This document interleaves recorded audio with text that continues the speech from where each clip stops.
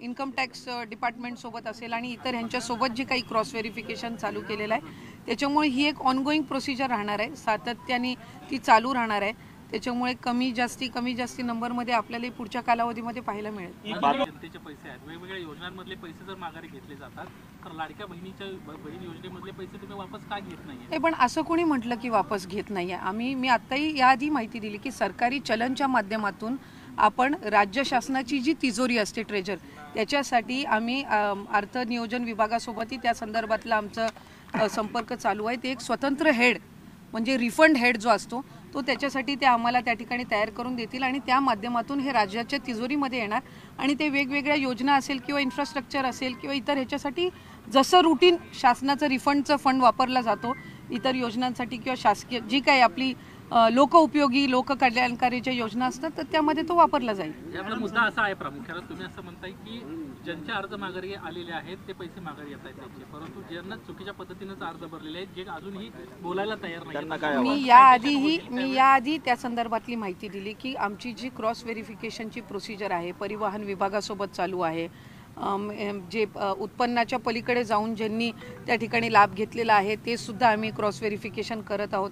या व्यतिरिक्त जे राज्याच्या बाहेर आता लग्न होऊन गेलेल्या वगैरे किंवा राहायला गेल्या असतील किंवा सरकारी नोकरीमध्ये ह्या कालावधीमध्ये 4-5 महिन्याचे लागलेले आहेत हे एका बाजूला आम्ही विभागाच्या पद्धतीनं आम्ही क्रॉस व्हेरिफिकेशन करत आहोत.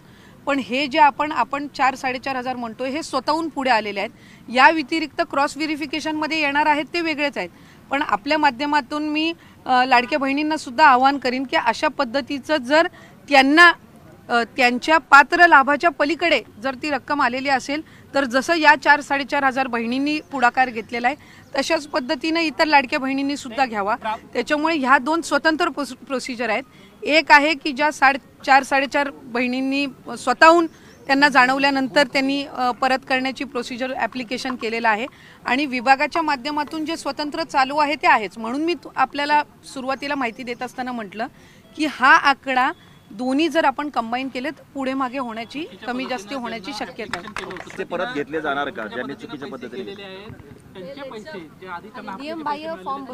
मी आपल्याला त्या संदर्भामध्ये सुद्धा माहिती दिली की आम्ही क्रॉस व्हेरिफिकेशनमध्ये अशा पद्धतीनं आढळल्यास त्यांना त्या संदर्भातली माहिती देऊन आत्ता जसं 4-4.5 हजार बहिणी पुढे आलेल्या आहेत आणि त्या स्वतःहून शासनाला ते रिटर्न करत आहेत तशाच पद्धतीनं ज्यांनी चुकीच्या पद्धतीनं घेतलेल्या आहेत त्यांना त्या संदर्भामध्ये एकदा तो डेटा आम्हाला जसा मिळत जाईल त्यांना त्या संदर्भातली माहिती दिली जाईल आणि राज्य शासनाच्या तिजोरीमध्ये तो त्या पद्धतीनं जमा केला जाईल. 2.5 कोटी लाभार्थ्यांची महिलांची तुम्ही काही पावलं उचलणार आहात का?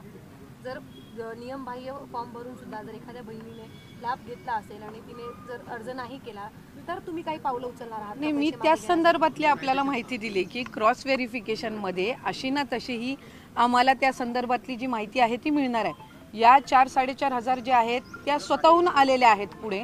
तशाच पद्धतीनं आम्ही विभाग म्हणून जे क्रॉस व्हेरिफिकेशन करतोय त्याच्यामध्ये तो डेटा तसाही येणारच आहे. त्यामुळे या स्वतःहून पुढे आलेल्या आहेत त्यांचं आम्ही स्वागतच करतो.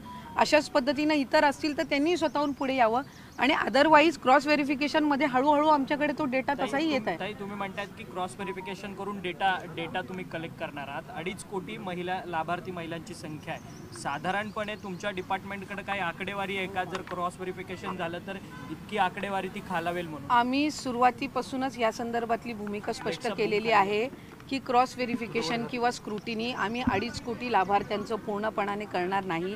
पिवळा आणि केशरी कार्डधारक जे आहेत त्यांचं उत्पन्न 1 लाखापेक्षा कमीच आहे म्हणून ते पिवळ्या आणि केशरी कार्डधारक आहेत. त्याच्यामुळे ती जी संख्या आहे ही साधारणपणे 1.5 कोटीपेक्षा सुमारे त्याच्यापेक्षा अधिक जात असते.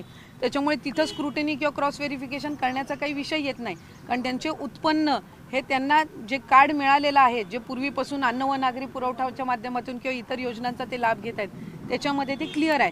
दुसरी महत्त्वाची बाब नमो शेतकरी योजना आहे ज्याच्यामध्ये 1000 रुपयाचा लाभ काही महिलांना मिळत असतो.